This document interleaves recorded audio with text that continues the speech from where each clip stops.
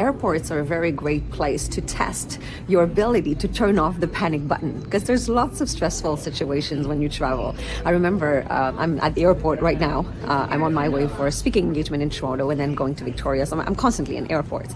And last winter, we got stuck, my husband and I, in Quebec City. So 52 hours, they were fixing the door of the aircraft somehow, and then the part that they needed to be able to close the door of the aircraft was coming from Ontario, and somehow they told us the part was on its way, but it had left in a vehicle instead of leaving on an aircraft. So somehow we were waiting for this part, because this actual part was highly explosive and could not be flown. You could not put that in an airplane, but they were going to use it to fix the door that would go on an airplane. So anyway, there was so much stressful elements to the whole story, but every time they didn't tell us that. They were just telling us, oh, it's delayed for another hour, and then at the end of the day they would give us vouchers to go to a hotel, come back the next day. It lasted for 2 nights that we spent the day at the airport. Bottom line is, kind of stressful stuff. So at one point, because you've met me potentially, you know what I do for a living.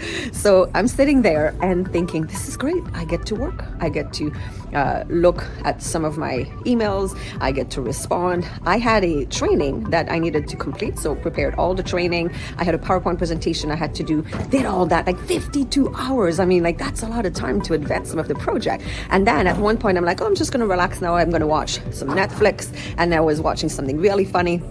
And my husband goes, what are you doing? Why are you laughing? This is not funny. This is terrible. Like, we're stuck in the airport. Stop being so happy. I started laughing. And he started laughing. He was like, yeah, actually, you're right. Like, maybe we should just, it doesn't matter. Like, everybody around was mean and grouchy, but at the end of the day, you just got to do what you got to do. So there's tons of tools that you can use to turn off that panic button and then get into controlling your prefrontal cortex. So a few questions like, will that help if I panic? Well, the part gets here faster if I'm grouchy, right? Or what can I do now? How do I move forward? And I could have booked another flight. I didn't really have anywhere to go. It's not like I was in a rush because I was on my way to somewhere that I had to be there. So in my case, it was a little bit easier to feel happy. If I would have had to be there, there's other airlines, there's other means of transportation that I could have be resourceful. So asking yourself, so what's my next step? What should I do now?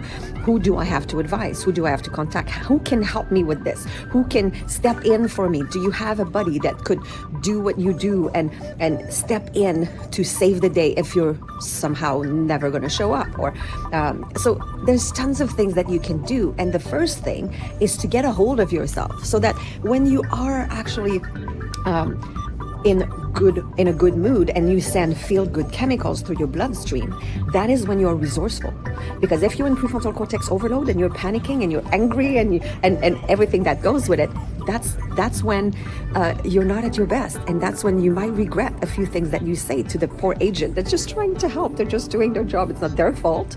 It's actually nobody's fault. Parts gets broken and things happen. So remember that. And enjoy your next airport trip. And when something happens, just do your best and control your own prefrontal cortex, because that's where you live, inside your head.